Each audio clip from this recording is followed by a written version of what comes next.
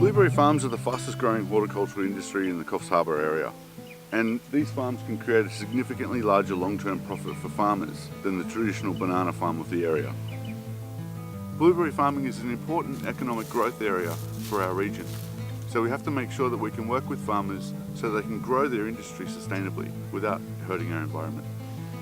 So, like all other plants, blueberries need nitrogen and phosphorus fertilizers, plus many other macronutrients to survive.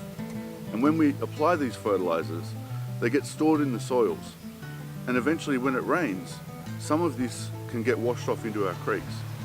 So this is really an economic problem for our farmers as well, because we've estimated that about 20% of the fertilizer that's put onto farms is lost. When we come down to the lower catchment, where all the water from the upper catchment comes to, we find that these creeks go through phase shifts, where in dry periods, there's very little nitrogen in the creek. But then in wet periods, we find that all the fertilizer that was stored in the soils gets washed downstream here.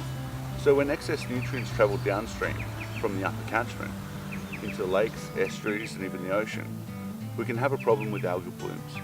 And these algal blooms can kill fish and destroy downstream habitats. So after those big rains, we found that the levels of nitrogen in the creek are up to 200 times the guidelines of what they should be, and similar to rates that we'd expect to find in polluted areas like China and India. So this is the connection between Hearns Lake and the ocean. It's usually closed, but when we have a flood, the lake bursts open and releases its waters to the ocean. So now that we've found the issue, we're working with farmers as well as state and local government to use bioreactors as a filter on the farm to be able to take out that nitrogen using bacteria, which are essentially a hole in the ground filled with wood chips, and all the farm water moves through this system like a biofilter. And using these systems, we might be able to stop any nitrogen leaving the farm and entering our creeks.